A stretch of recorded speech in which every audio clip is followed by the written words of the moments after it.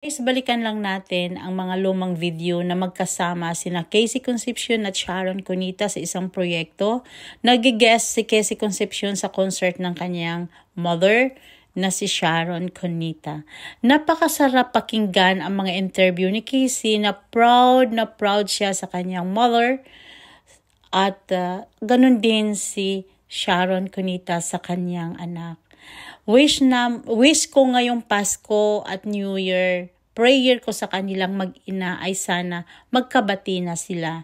Dahil napakasarap pakinggan o tingnan o balikan ang kanilang how Casey Concepcion grow up, na sila lang dalawa.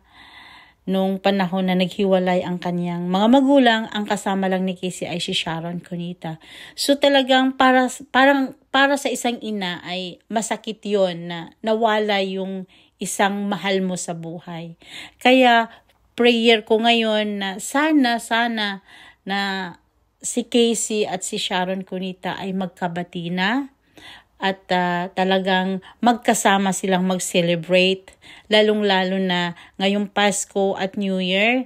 At sana hindi siya makalimutan ng mga Pilipino dahil ang dami niya ng lives na na-touch, and she is who she is. She is a true legend. During the concert, Cuneta gave a shout-out to Vancouver-based singer Joey Albert. By their fans. They will be performing at the Cannery Casino in North Las Vegas on Saturday and then at the Pala Casino outside of San Diego on Sunday.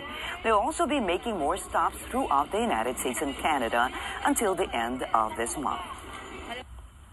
Everyone has been so warm and welcoming and loving and supportive, and it's like doing a show for the first few times again when it's been 40-something years. 41 na nung January. So it's thrilling for me, and then I miss Vegas, so I'm going back to Vegas after a few years. I don't know how long it's been years, so I can't wait to go back.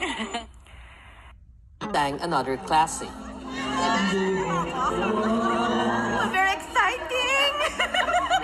Of course, I'm number one Sharon, It's nice. I have fun tonight. Oh, I love you, Sharon.